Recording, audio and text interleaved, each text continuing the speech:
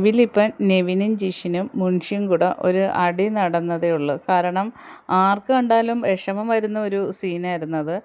ജിഷിനും മുൻഷിയും കൂടാണ് ഇന്ന് ഫുഡ് ഉണ്ടാക്കുന്നത്. അപ്പോൾ ഇവർ ഭൂരി ഉണ്ടാക്കിക്കൊണ്ടിരിക്കുകയാണ്. അപ്പോൾ അതിൽ നിന്ന് ബിൻസി ഒരു പീസ് എടുത്ത് കഴിക്കുന്നത് നെവിൻ കണ്ട്. അപ്പം നെവിൻ ഓടി വരുവാണ് ഒരു പീസ് എടുക്കാൻ വേണ്ടി. അങ്ങനെ നെവിൻ അത് എടുക്കാൻ പോലും അവർ പറഞ്ഞ് എടുക്കരുതെന്ന് പറഞ്ഞ്.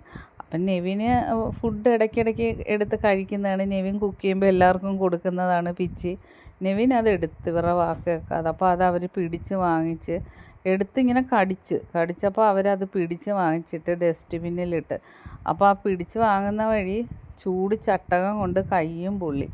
അപ്പം മുൻഷി പറയും ഇതെടുക്കാൻ പറ്റത്തില്ല എന്നും പറഞ്ഞാണ് ബലമായിട്ട് വാങ്ങിച്ചത്. പിന്നെ നെവിൻ പറഞ്ഞ് ഇനി നിങ്ങളുണ്ടാക്കുന്ന ഫുഡ് എനിക്ക് വേണ്ട, ഞാൻ കഴിക്കത്തില്ല എന്ന് പറഞ്ഞു. അപ്പോൾ അക്ബർ എല്ലാം കയറി വീണു. അപ്പം നെവിൻ പറയുന്നുണ്ട് നിങ്ങൾക്ക് കിച്ചണിൽ അധികാരമില്ല, നിങ്ങൾ ഗസ്റ്റാണ്.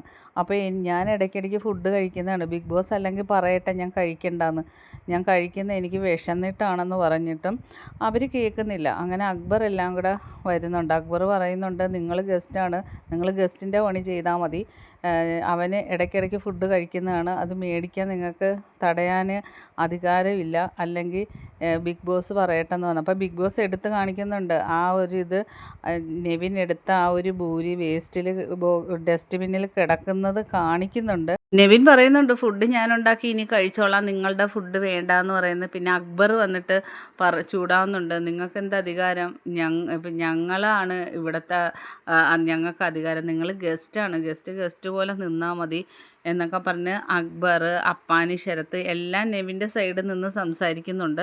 അപ്പോൾ റെന ഫാത്തിമയും ബിൻസിയൊക്കെ പറയുന്നുണ്ട് അത് ബിൻസി കഴിക്കുന്ന കണ്ടോണ്ട് ഓടി വന്നതാണ്.